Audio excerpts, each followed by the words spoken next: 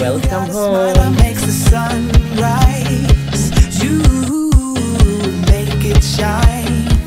'Cause you got style. The way your body makes my heart beat sound. Ash's bedroom is crazy. It's crazy. Tapos mo sa kap. You are the only thing I need in life. Oh, I want you.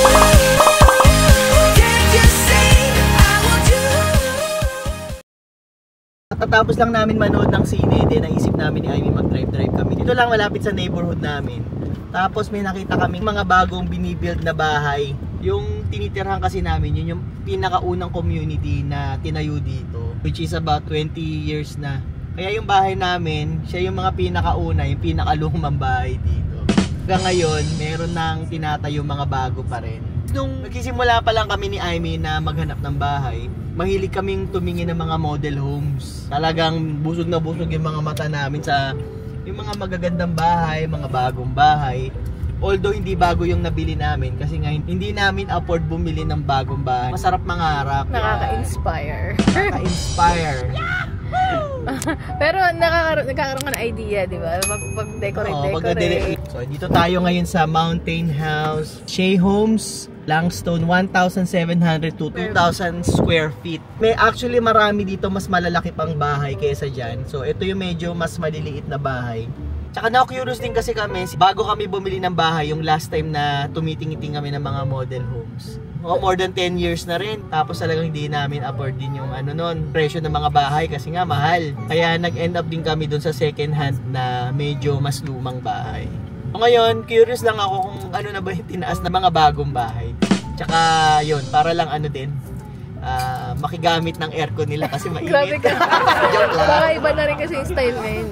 Iba na yung mga style, di ba? Iba na rin yung mga floor plan nila, di ba? Makakuha lang tayo ng idea. Hindi naman tayo bibili, guys. Titingin lang tayo. Mabusog lang yung mata natin, tsaka medyo makapagpalamig tayo dito. Ayun. Tara. Ginawa mong SM. Ginawang mall. Wala ka bang aircon sa bahay?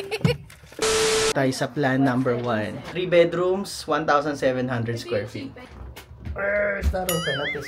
Yung entrance, tapos pagpasok nyo, yun, ito na siya. May hagdanan, tapos may banyo, tapos mayroong isang bedroom doon. Tapos ito, open floor plan na siya.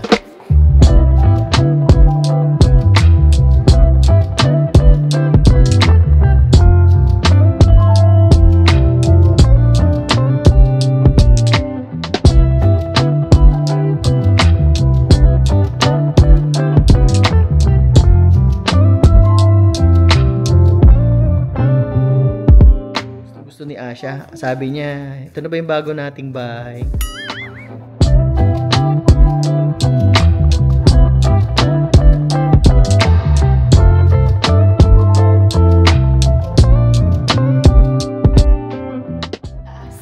Taas.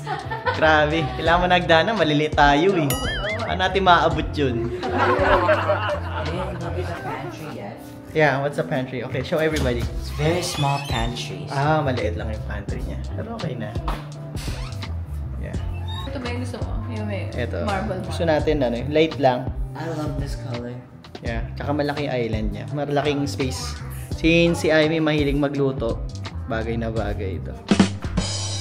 Kaya lang ang hindi natin gusto dito kasi pagpasok mo sa pinto, kita na yung pamumusaysay mo. Pag medyo makalat yung bahay mo, pag may bisita ka, kita agad. Gusto ko itong lamesa. Saan nabibili? Gusto mo yun. Ito yung yard. Ito yung likod bahay niya, guys. Oh.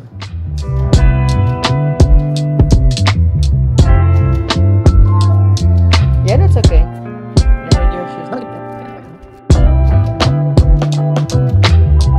Oh, parang sa atin. Looks like our study room, ha? Look at this. This is for people who like astronomers, more into like space stuff. Somebody know math. Have that pillow. Mathematics. Somebody know math. Ang ganda ka nito, no?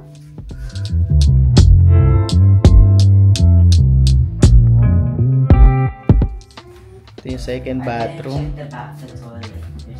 Yung toilet, second toilet.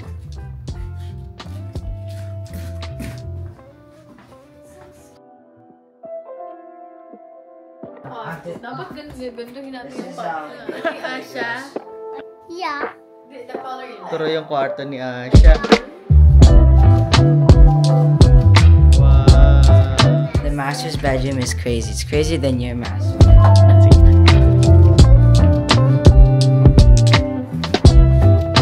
That's crazy about this bedroom.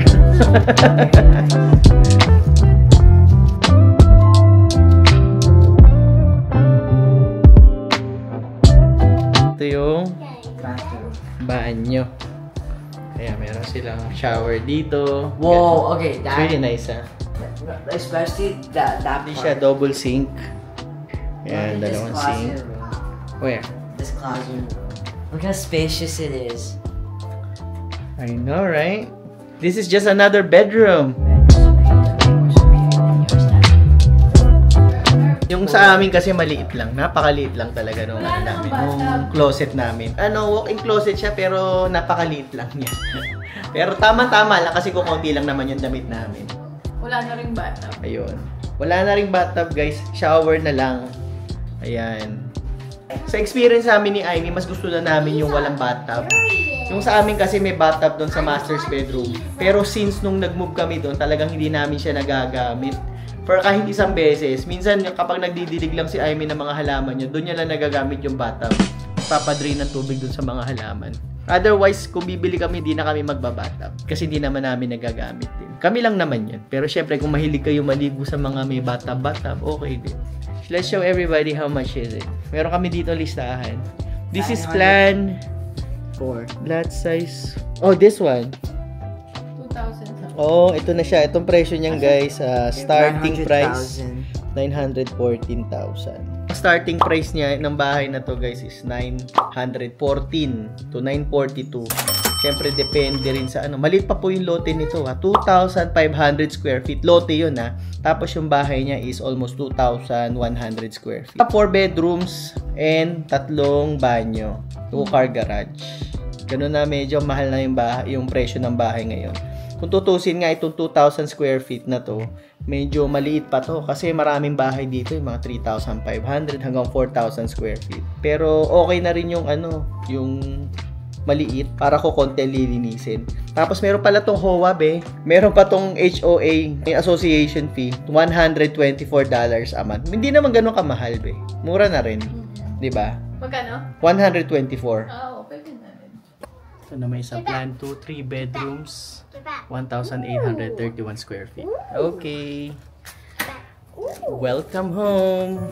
Wow, sarap ang lamig. For a sec, I thought that was like a hallway. Nabe, may high ceiling. Oo, high ceiling. Pagpasok niya, merong high ceiling. Ayan, may chandelier. Yung mas malaki wala eh. Diba? Ang ganda naman po, tiyan. Tapos meron kayong konting maliit na ano dito. Entry table. Entry table para receiving area.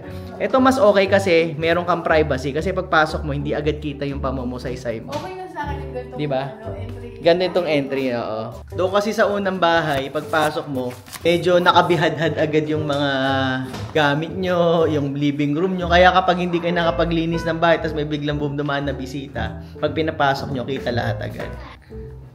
Ang ganda ng kusina. Ganda ng kusina. Lipat na tayo. Maganda to. Wow, ganda. Ganda kasi yung cabinet, tignan mo. Tsaka hindi yung kulay niya, light. Mas gusto ko to. Pagawa natin, ha? Paggawa, saan? Sa sa lumang bahay. Ewan ko sa'yo, Bahay natin. hindi na papagawa yun, no? Ito. Alam mo, mura magpagawa. Ayun. Siguro yung ganito. Alin? Parang unique. Parang may Modern. parang shiplap. Oo, di ba? Parang shiplap yung finish niya. Hindi siya yung flat. Tapos, di ba ganyan yung gusto mo? Yung backsplash, yung puti lang na para siyang tile. Ganito guys yung gusto kong sana sa amin eh. Kusina. Oo, yung tile na maputi. Ayoko kasi nung nung granite na ma-dark. Ay, parang ganito yung sa atin. Ganito. Parang ganyan, granite siya. Tapos gusto ko ganito yung medyo light. Yan. Ganda kasi maaliwalas, di ba, be? Alam mo, yung floor plan talaga natin, Luma. hindi maganda. Hindi kasi yung Tapos ito guys yung mapagpipilian yung mga cabinet. So, kung ipapa-customize nyo, depende sa material, yung base price ng bahay, dadagdagan pa kung depende sa material na gusto nyo. Let's say, yun nga, gusto nyo, ito, upgraded yung cabinet. Kung gusto nyo na mas magandang cabinet, mas mahal. Tapos ito yung carpet, kita nyo to. Iba kasi nito manipis, merong iba makapal. Siyempre, pag makapal, mas mahal din. Dalawa na lang tayo, ganito na lang.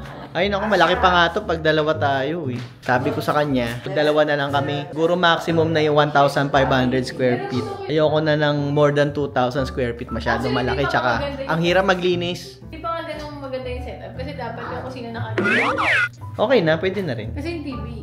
Ang gabi naman to. Yung Ang mga daming requirements. Ng K-drama. Mommy. Mommy, you ask. Ganda oh. Gusto ko lang siya guys kasi maaliwalas. Yung maputi. Yan. Maputi. They made the water dispenser. Ayo. Para nito. sorry. They made the water dispenser. Cut yung cut. Ganda rin ito oh. Diba? Rustic. Parang rustic yung kanyang lamesa. Pero guys, huwag kayo magpapadala minsan sa mga model homes kasi syempre model homes yan eh. Talagang magandang design yan. Tsaka, ang totoong kusina hindi po ganyan. Ang totoong kusina mas magulo. Mas marami kayong gamit, di ba? Maganda lang siyang tingnan, pero kapag tinirhan nyo na at marami kayong gamit, marami kayong kaldero, meron kayong coffee maker, meron kayong toaster ng bread, lahat yun nasa counter na. Kaya minsan, kailangan open-minded din kayo, maging realistic kayo. Minsan, maganda lang siyang tingnan. Kung ikikip nyo na, very minimal yung bahay nyo. Pero kung marami kayong gamit sa bahay, let's say bumili kayo dito, tapos dilipat kayo sa bahay nyo na marami kayong gamit, hindi kayo magdi-dispose, ano din, magiging magulo pa rin yung kahit gaano pa kaganda yung floor plan ng bahay nyo. Diba? Ito ba yung mga floor? Flooring I think so. Yan yung floor. Okay, punta tayo sa taas guys. Tingnan natin kung ano yung meron dito. Ha? I like that chandelier. Ito, dami din gusto eh. Oh. Okay, you like the chandelier? Yeah. Yan. Full in that chandelier. It's crystalline. Oh, wait, did you check this part yet, Daddy? What? What is part? This one. Did you check this yet? Not yet. Let me show everybody. This is the bathroom. Oh my This God. bathroom. I thought there's something special here. What? There you go. Ano yun? Ayun lang. Banyo lang guys. Gusto lang ipakita ni Jairus. The, Siya yung arti- nag-home tour eh. Oh. Okay, show it the lang. artificial plants are crazy though. Yes, okay. Yeah, pa-basket pa, no? And the Okay. flooring's the best part. Oh, the floor. Okay. Ganda nga naman. Galing talaga nito. Show you the closet. I'll show you Extra stall. Okay, ito rin naman. Di mo pa... Storage. Can you show it the closet daw? Just like the ones we have. Under the, what do you call this? The stairs, yeah. That's worse. And then Thank you, Shasha, for showing everybody. Oh, look at this frame, though. oh, That's huge frame. The frame. Is this the one? Yeah, don't touch it. Okay, let's go. upstairs. Tingnan natin kung ano yung meron sa taas. This time. These have the least steps I've ever seen. Itong dalawang batang to, masarap kasama din kahit ganito. Di sila gireklamo, mahilig din silang tumingin-tingin. Alam mo naman, ililipat kami. Si Mami, ma-exercise kami. May hallway dito. Tapos, ito yung unang bedroom. I've always wanted one of these. Me too. Lahat Ay, na. ang cute. Same. That's nice. I've always wanted one of these. in Why? my bed. What are you gonna do there? Sit I'm down. a camper. Uh-oh, careful. Whoopies. It's a nice, decent size room. Nax! May ganun pa. Nice, decent size. Diba? Talagang dadaanin kayo ng mga ganito sa design. Doon nila kayo aakitin. Dito yung, may laundry area. Yan. Saktong size lang. Tapos, pag dumiretso kayo uli dito, dito tayo sa kaliwa. Ayun, ito yung shared bathroom ng mga bata. Meron siyang double sink. Isa kay Asha, isa kay Jairus. Ayan, tapos full bath. Ayan. So, bathtub na din siya. Tapos paglabas, tayo dito sa, ito pa yung pangalawang Ayun, no. Isa ka pa ba? Dinisign nilang Ha? Isa ka pa? Iisa pa. This is mine. Ayoko nga. This is my Hindi na ako magpapadali sa'yo. Ayun, ginawa nila parang nursery room, oh. The wallpaper. What about it? That's cool. Okay. on the I think we should do that in your room, right? Okay, let's go to the masters. Who's gonna show the masters? Me, of course. Okay, come on, show us the This masters. is the masters. Very cool. Charan! Wow! Especially the bathroom. Ganda ng kulay talaga, maaliwala. Ano yung ito? Short. Mas maganda to, no? That is Medyo spacious siya, no? Tsaka maganda bright yung mga ano. Yung kulay. Oo. Ay, sa masters. Ba? Aha, okay lang. Baka may tumitingin din. Uy, galing nito ah. Parang sectional yung... Shower. I like that part of the wall. I guess. So, Closet. Also spacious.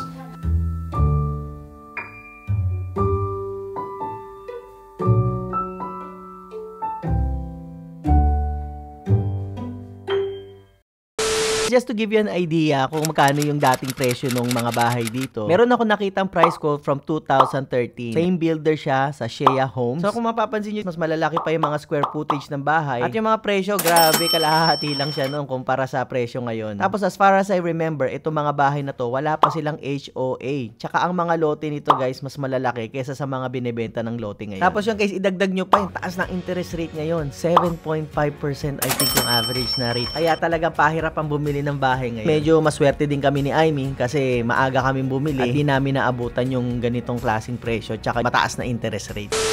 So yun guys, hanggang dito na lang. Sana nag-enjoy kayo dun sa ating munting house tour dun sa mga model homes na nakita natin. So kung nag-enjoy kayo guys, kung nabusog namin yung mata nyo kahit papano, pakihit na lang po yung like button at maraming salamat po at kita na lang po tayo ulit sa susunod na vlog. I just don't know what to do. It should have been you.